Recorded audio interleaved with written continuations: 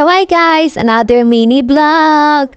So mag-vlog-vlogan na naman tayo, no? Sana nga sipagin na ako ngayong 2025 para madire-diretso ko na tong pag-vlog ko. At sayang ang aking 1,000 plus na subscriber dito sa YouTube. Malay mo naman, di ba? Manifesting. So ayan, since wala akong pasok sa school, nag-decide kami na magpapalit na lang ng gulong. Kasi medyo may problema yung gulong namin. So ayan, nandiyan na kami sa sasakyan and minsan asawa ko yan pero minsan kachismisan ko talaga. Ay, hindi minsan, madalas pala. Charis. Yun lang. So ayan, papunta na kami sa shop kung saan kami magpapapalit ng aming gulong. Nakita ko yung view. Ayan. Dumaan kami sa kung sa Pilipinas ay expressway pero sa amin dito ay ring ang tawag dyan. So ay nakarating na kami sa shop. Dito talaga kami nagpapapalit kahit last year. Dito kami nagpapalit ng gulong namin.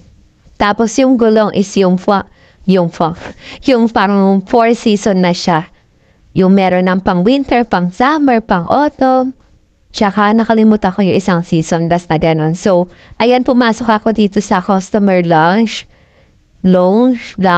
Basta yon. Tapos may free coffee sila. Syempre, di natin palalampasin yan. Nag-coffee kami. And then, nung natapos na kami, dumaan kami sa shop ng supermarket na Cora. And ayan, marami silang sale na mga sapatos. Mga Puma. Yan. Tapos may mga pambata rin. Ayan, mga pang-adult. Pero yung price niya is ganun din eh. Medyo mataas pa rin. Di pa rin interesting na bilhin. Tapos yan, may mga Paw Patrol, may Barbie. Nakasale din siya. May mga color tag siya. If yellow, 20% less. Tapos if red yata or blue, 50%. Basta ganun. So, ayan. Tapos nag-grocery na kami ng kaunti na kailangan namin since malapit itong Cora doon sa shop na kung saan kami nagpapalit ng gulong. So, ayan, naghanap lang kami ng mga ibang kailangan namin. And i-flex ko lang din niya. Favorite kong chips. Pero bawal talaga sa akin yan. Pero syempre, pag bawal ay masarap. Charis. So, ayan, nagbayad na kami. And dito is, hindi uso ang mga package. Ano pa nakalimutan ko? Yung taga-balot. Baggage.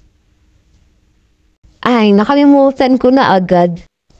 Bagger pala, hindi uso ang bagger dito. So, pagka-swipe ng cashier, ako rin or kami rin yung maglalagay sa cart. And then, ayan, papunta na kami, pababa na kami.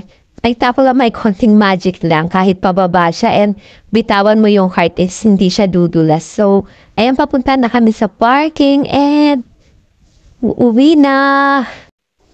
So, ayan, nandiyan na kami sa parking. Tapos, eto na, pauwi na kami. And medyo umulan ng kaunti na may kasamang konting snow lang naman. So, thank you for watching.